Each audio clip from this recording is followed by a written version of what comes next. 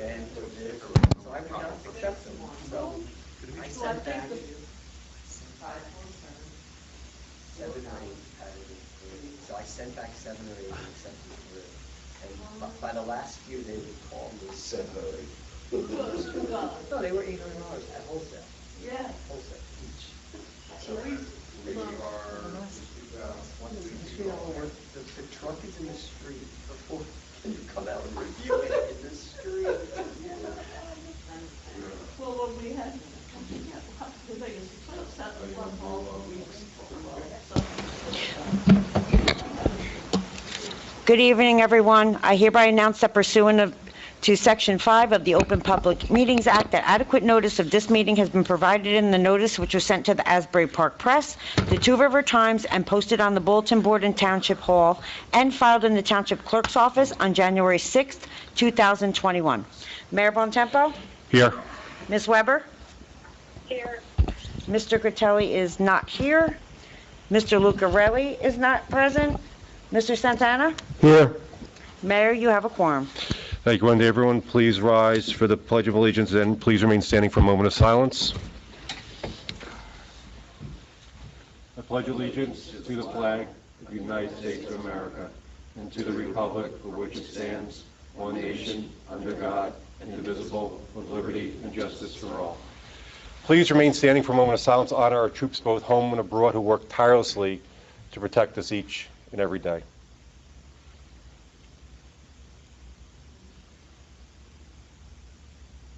Thank you. Good evening, everybody. Welcome to Township Committee meeting, September 28, 2021. First item on the agenda is approval of minutes, August 10, 2021, executive and public sessions, August 24, 2021, executive and private sessions. Have a motion? Move. Move. Second. Roll call. Mr. Santana? Yes. Ms. Weber? Yes.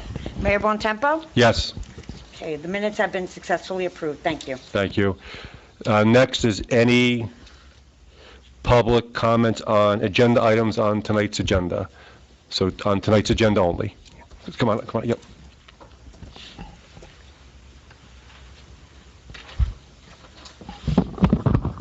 Hi, Jenny Blumenthal, 41 Stony Brook Road. There is an item on the consent agenda, item number 255, where you're transferring a liquor license. You're taking it from K something and giving it to a wine store. Is this the liquor license? Is this thing on? It is, yeah, yep. Okay. Transferring it from K something to a wine store. Is this the liquor license that was owned by Best Market? That's correct. And is this wine store going into the Best Market space?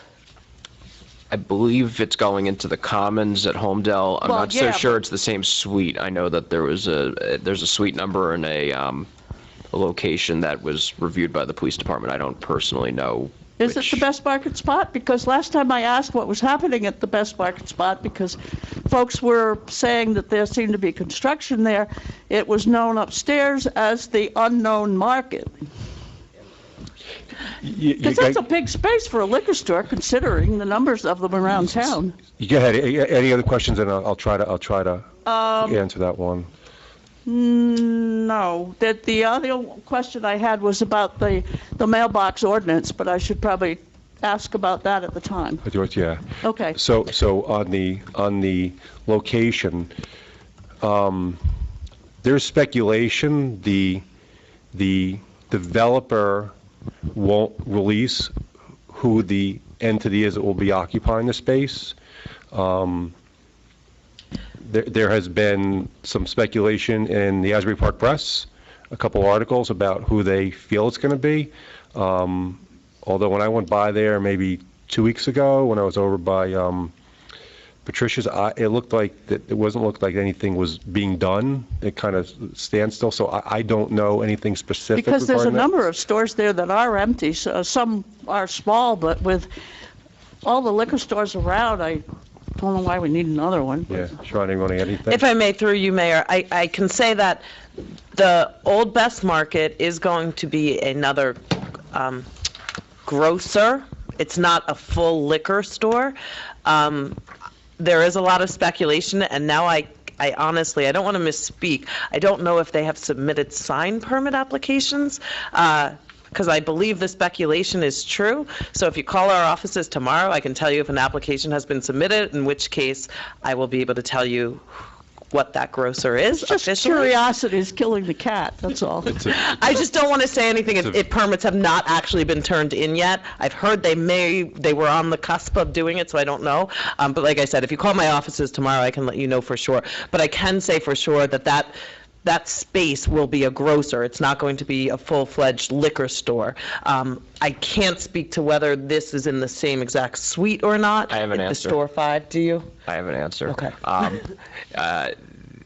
It's the 5th storefront, and it's listed as Suite 5, and that's in from Best Buy being Suite number 1. So if you count 1, 2, 3, 4, 5. I got better things in my life to do than go counting stores in a shopping That's the best center. I could do. I have a map here. If you want to ask the clerk's Oh, that's office, okay. it's That's it's a okay. public record. Because if you've been in the old Sears store that's now a ShopRite, holy smokes. Yeah. It's the biggest liquor store I've ever seen, never mind the Wine Academy up the street, where we could all get drunk in no time flat. Gee willikers. All right, that's enough of that. If I could put this. Ben, you may need a helper. Ben.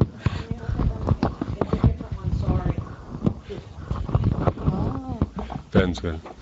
Anybody else in public on agenda items on tonight's agenda? None. I'll close public portion for agenda items. I have a motion for consent agenda item resolution 221-254 through 221-265. Move. Second. Roll call, please. Mr. Santana? Yes. Ms. Weber? Yes, with a note. Mayor Bontempo? Yes. 2021-254 to 2021-265 have been successfully passed. Thank you. Thank you. You go. Yep. Introduction of ordinances, Wendy? Introduction of ordinance 2021-36, which is an ordinance approving grant of open space easement to County of Monmouth for Alaco Park. Motion to adopt on first reading and publish in the Asbury Park Press and set the public hearing for October 12th, 2021. Roll call, please. Excuse me, motion. Move. Second. Roll call. Mr. Santana? Yes. Ms. Weber? Yes. Mayor Bontempo? Yes. Okay. Ordinance 2021-36 will be scheduled for a hearing on October 12th, 2021. Thank you, Wendy. Hearing on ordinances? Next is hearing on ordinance 2021-35, which is an ordinance establishing section 17-2.8 titled Infrastructure Adjoining Townships Rights of Way. So public hearing for 221-35. Any comments from the public? Jenny?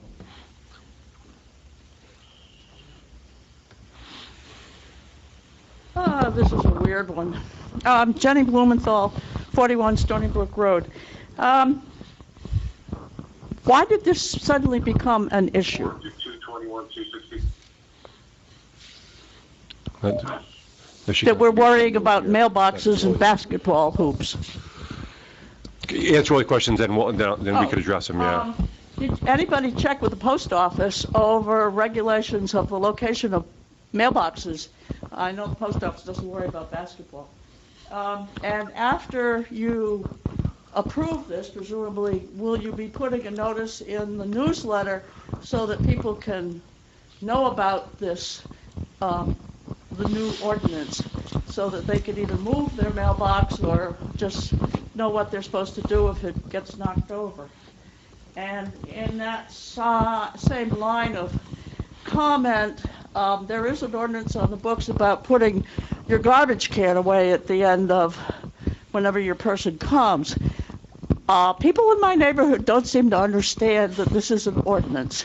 And there's some of my neighbors who seem to think that the garbage can is a permanent structure at the end of their driveway.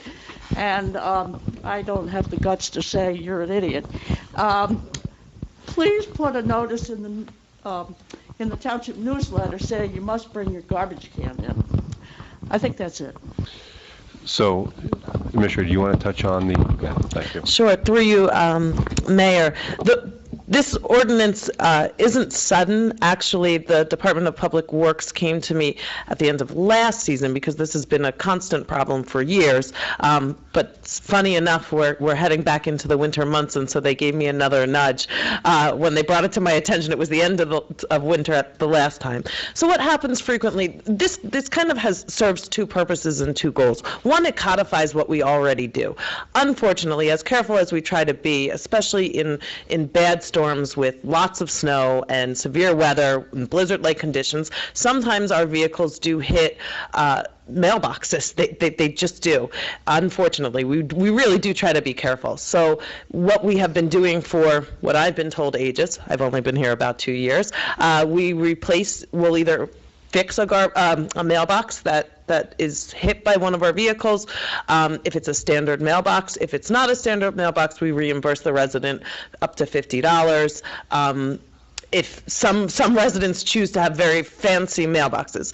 And so this is just to codify what we've always done, to clarify it for residents when they call. The basketball hoops have posed a problem for our vehicles for several reasons, and particularly the temporary hoops when we are plowing. Sometimes they fall on the vehicles, which pose a danger to not only our vehicles, more importantly, our employees.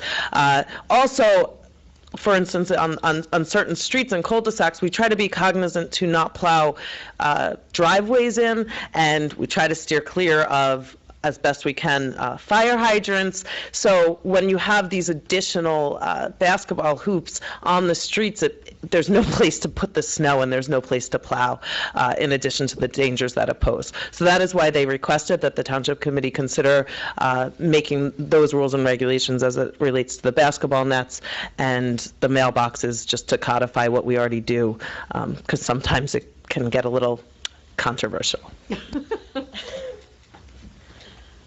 And in terms of the newsletter, I am more than happy. That is a wonderful idea. I love having things to put in our newsletter, so we will add that, and we will also remind people to put their garbage cans away, because that is very important. And I also just want to note that one of the things that we're currently trying to focus on is how we can do code, and we can better enforce some of our codes. And I welcome feedback and input from the residents. The residents are our eyes and ears as well. So if you see an issue that's concerning, let us know and we will go and address it.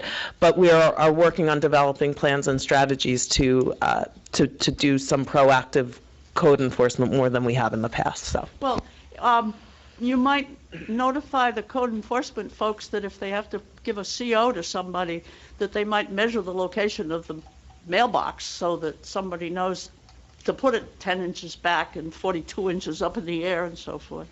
There's some pretty Eiffel Tower mailboxes around here that are practically in the street. Thank you. Thank you. Bill, some public on ordinance 221-35. Seeing none, I'll close. Yes, sir.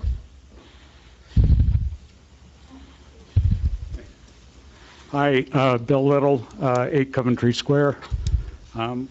Yeah, I sent an email a couple days ago about this, and I wanted to thank the Township Administrator for a most excellent and informative reply. That was very good. I have a lot of the same issues and concerns that Jenny had. I still, now that I know that there is a potential enforcement clause, it's in a different, what is it, -9 or whatever, different section. That does seem pretty severe for, having a basketball hoop. Maybe it's going to be selective enforcement, but that would have its own issues. Yeah, I still don't think there'd be anything wrong with having a temporary basketball hoop in the summer and then putting it away. I suppose the problem with that is people don't put it away in the cold weather. But yeah, I guess that's it. It's mostly a comment, not question. If I may, through you, Mayor, I just want to note that with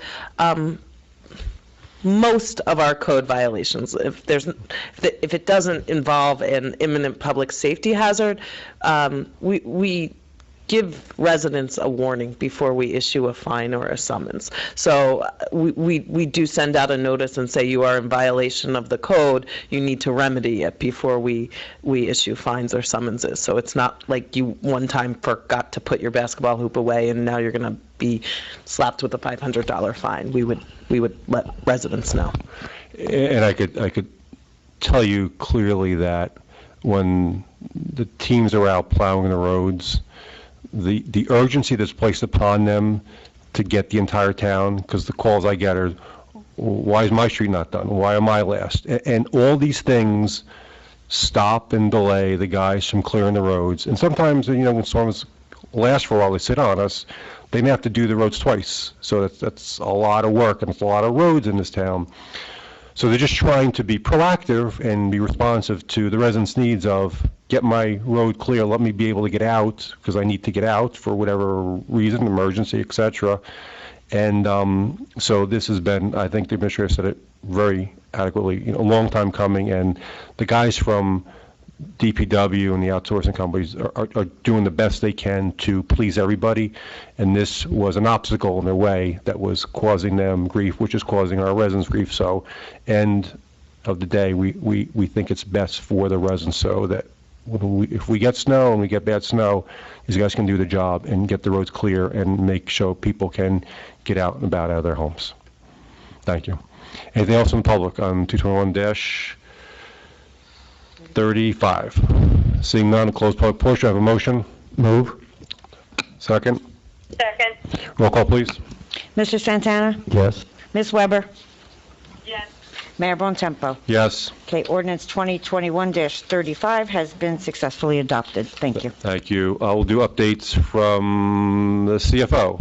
Bill, anything? Thank you, Mayor. You have received, the governing body received a copy of the audit for the year ending 12/31/2020. Please review that. If you have any questions, feel free to ask. Thank you, Bill. And that literally just came in like today, correct? Yes. Okay. Thank you. Administrator. I have no specific report tonight, but as always, I'm happy to answer any questions that you may have. Thank you. Engineer Ben, anything from you? Nothing tonight, Mayor, but happy to answer any questions. Thank you. Counselor. No update, Mayor. Again, happy to answer any questions. Thank you. Boards and committees, Committeeman Santana. Sure. Thank you, Mayor. I do have an update. We had a Finance Committee meeting yesterday, and our administrator was there, and so was our auditor. And our auditor went through our audit report for 20, sorry. Yeah, 20, and it was very good. So we have good news that there were no issues found. So I'm still reading the report, so hopefully the Finance Committee will issue a statement about the audit report. Also, the Finance Committee started to discuss how to address stormwater issues, specifically looking at all different options, including a utility fee to help with all the stormwater issues in this town. So right now it's more a discussion than anything else. I just wanted to give you an update.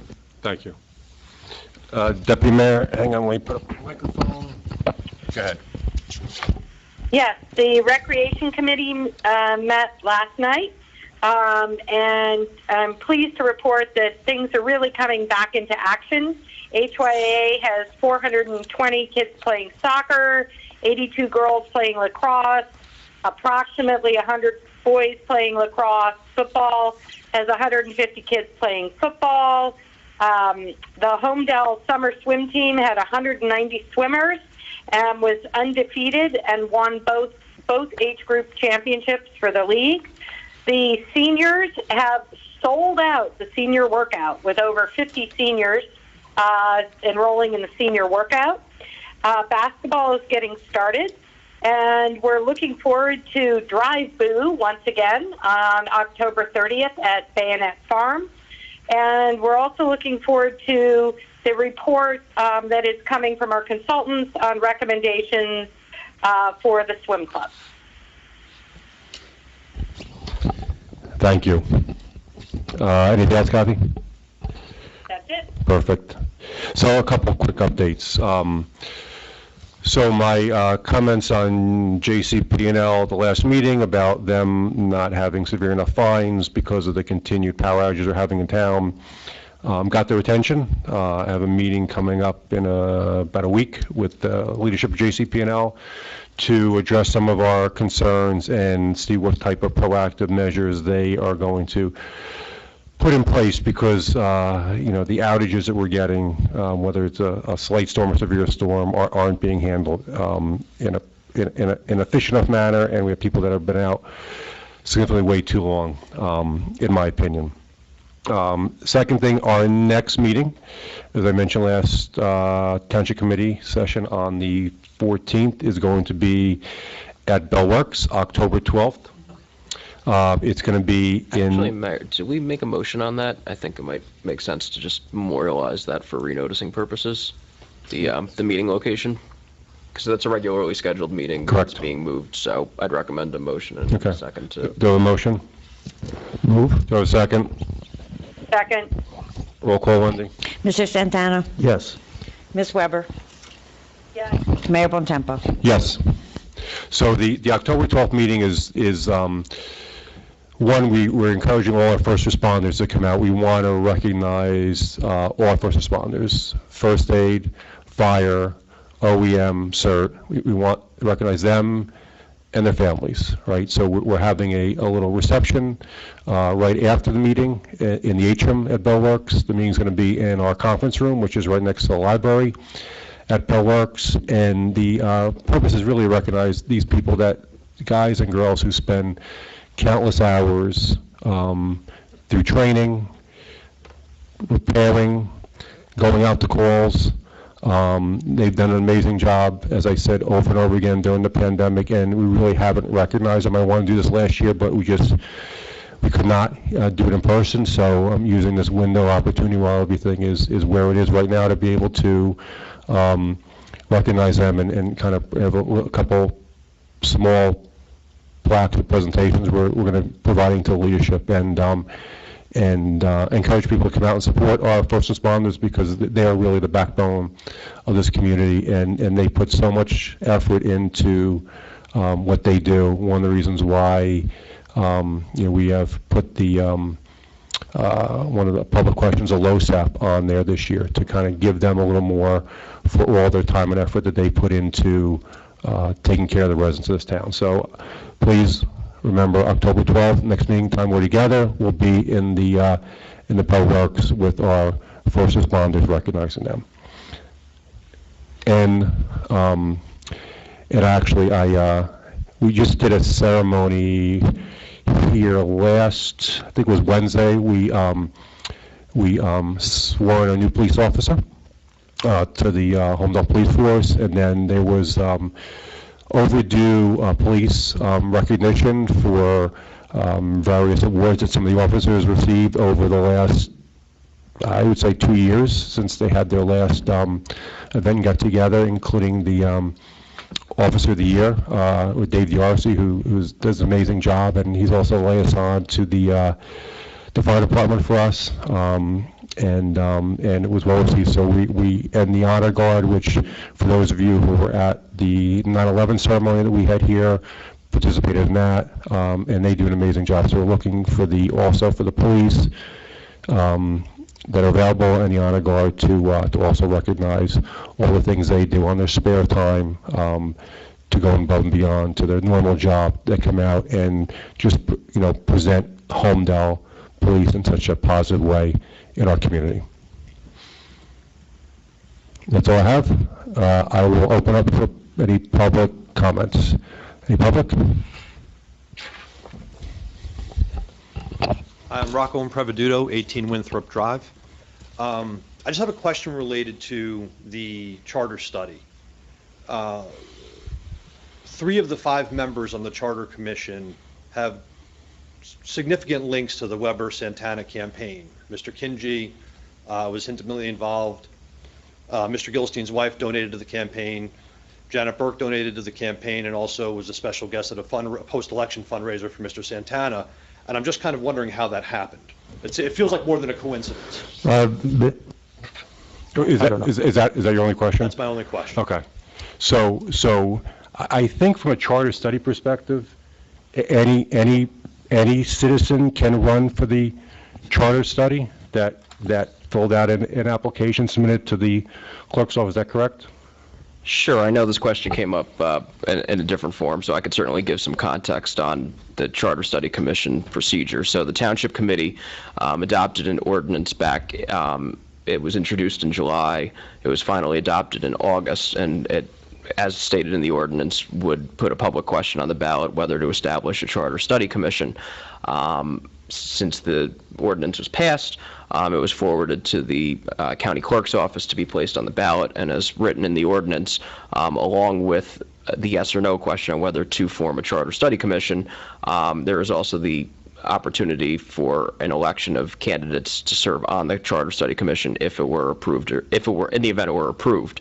And pursuant to statute, there was a window for candidates to file, which has since closed by a couple of weeks, I believe.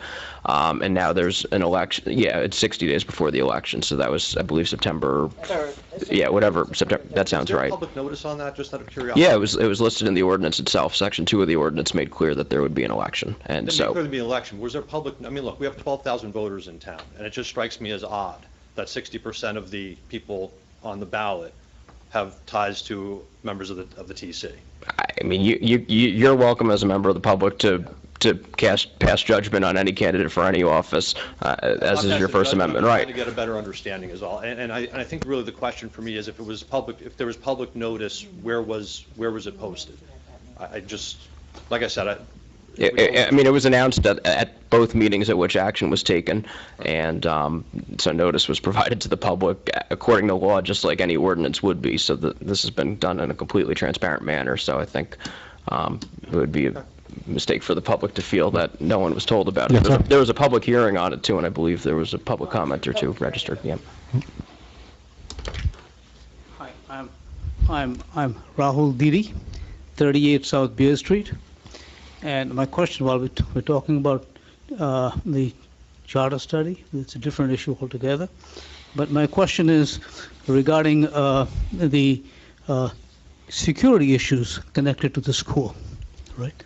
And it's been mentioned that I've been hearing that only $10,000 were allocated for the school security as far as the Holmdel Township is concerned, but my understanding from what I've read so far is that I believe in July there was an ordinance passed, right, where there was a stepped up, for over the course of 5 years, from 10% to up to 50%, and I think that it needs to be clarified so that no such rumors running around town, that only $10,000 is being allocated for security issues, and therefore it's only 3% or some arithmetic going around. I think it needs to be clarified so that public can know about it, and no such wrong rumors can be put out to the public. Thank you.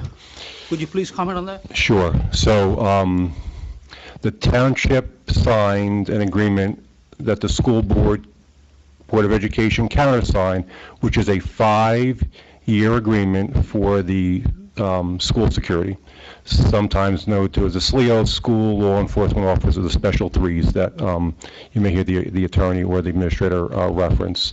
So there's two components of the agreement. One of the security officers, the SLEOs, which are in the school. That cost, I think, is an average of about $300,000 a year. And we, for the first time ever, have agreed to help defray some of that cost for the Board of Education. So first year, which we just started, year number 1, we're paying 10% or $30,000. Second year will be 20% of $60,000, all up to year 5, which will be half of it of $150,000. That's in addition to the school resource officer, which is probably subsidized in the neighborhood of $50, $60, maybe even $70,000, in addition, which resides in the high school. So, that's the cost that we're taking from the Board of Ed, but there's also additional costs that the township incurs because we do the training, we do the uniforms, they have ammunition, they have to go so many times a year to certify their firearms, they have to go to gun ranges, the insurance costs, so there are a lot of other, I'll call it soft costs in addition to the actual price for the officers that the town is absorbing. And if you anybody here that had a little history, remember that these officers from the Board of Ed replaced some monitors that were in the lunch department. Had people there, lunch aides, whatever you want to call them, that were spending around the same amount of money, around $300,000 a year. So when the stimulus came into effect, they opted to remove the lunch aides and put armed officers in the school. But the lunch aides, I think, were primarily at the high school and SATs, where the armed officers are in every school. So the town has gone above and beyond to try to help the Board of Ed with not only cost sharing, but providing the resources and also providing a lot of soft costs involved with making sure that these officers are trained and available. And the feedback that I've gotten is very positive from the officers being in the school. Committeeman, you want to comment on that? No, I just wanted to point out that despite the fact, the reason why it's escalating up to 50 is to make sure that we have the revenues to pay for it. I know there's been a lot of media posting about our excess pilot revenue that's sitting out there, and it's not. I've been pointing it out every meeting that we have to keep $4 million for AAA rating in the reserves, $6 million for our debt service costs, that's $10 million. And the pilot brings in $4 million, brought in $4 million last year, and we don't know yet if it's going to be a steady stream because there were a lot of issues related to the occupancy there. So given all that, I think this agreement is a fantastic agreement that the DOE has actually signed and agreed to. And to the committeeman's point, I just want to clarify for the public record, because I know there's been, a significant amount of back and forth between the Township Committee and the Board of Education. The Township Committee did approve forms of the shared services agreement back in July, which include the cost sharing that the mayor and the committeemen have spoken to, and the Board of Education did sign and agree to that exact arrangement. So I think it's important to reflect publicly after all the back and forth that the agreement put forward by the township back in July was agreed to by the Board of Ed right prior to the start of school. Anybody else from the public? I think it's very well. You can't though. Anybody else from the public? Yes, sir.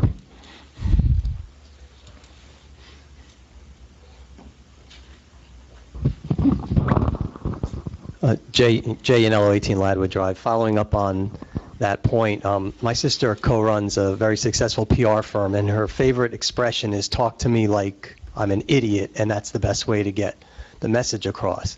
And now, not that residents are idiots, but I think you guys can do a much better job in the bulletin. I don't want to create work for you, but spell that out.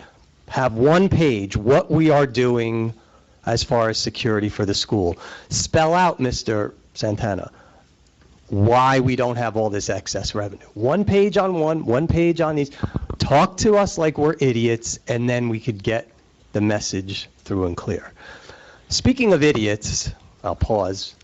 The New Jersey BPU is obsessed and enamored with windmills, solar, anything that's green and fun and nice, none of which is highly reliable.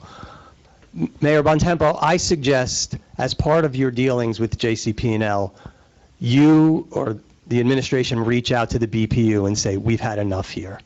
Enough is enough. We don't want to hear about windmills. We don't want to hear about solar. We don't want to hear about this and that. We want to hear about a real infrastructure in our town. And come tour the decrepit infrastructure in our town. I think it's time you also reach out to the BPU. Thank you. So well, let me just comment on that. So back in November, I think it was November, I spoke in front of the Senate in Trenton on advisory committee they had on JCP&L, myself, there were maybe 4 or 5 other mayors there. The first person that spoke was the head of the BPU, and I didn't know who he was, but he spoke so positively of JCP&L that I thought he Exactly what I'm, you should follow him on Twitter. Your head would spin. I thought he actually worked for JCP&L because he was speaking so highly of them. Exactly. And then he was opposed to the increasing of the fines, which I said was ludicrous, that the fines need to be significantly higher to create some incentive for them to be motivated, so they don't have to do repairs because their infrastructure is so good that it doesn't go down. Instead, their fines are so weak that there's no incentive for them to invest because they'll gladly pay the fines because it's probably, their fines probably a lot less than I pay in a month in electricity bills, let alone the other millions of customers have right here. That's my opinion. I can't speak for that's exactly what's going on, but I did see firsthand, and Sharon was with me, that I was upset at the BPU president. Said that guy doesn't deserve to be in his position because he should be looking out for the ratepayers, not for the company who is really not doing what they should be doing to take care of the residents. Yeah, so maybe when you have your meetings with the regional people, the other mayors, you can maybe try to reach out collectively and maybe get their attention again. Absolutely. Thank you. Absolutely, thank you. And that's in the public. Going once, going twice. I'll close public portion. Do you have a motion to adjourn? Move. Do you have a second? Second. All in favor? Aye. Have a good night, everybody. Thanks for coming out. Next meeting, October 12th, bell works, guys. Have a good night.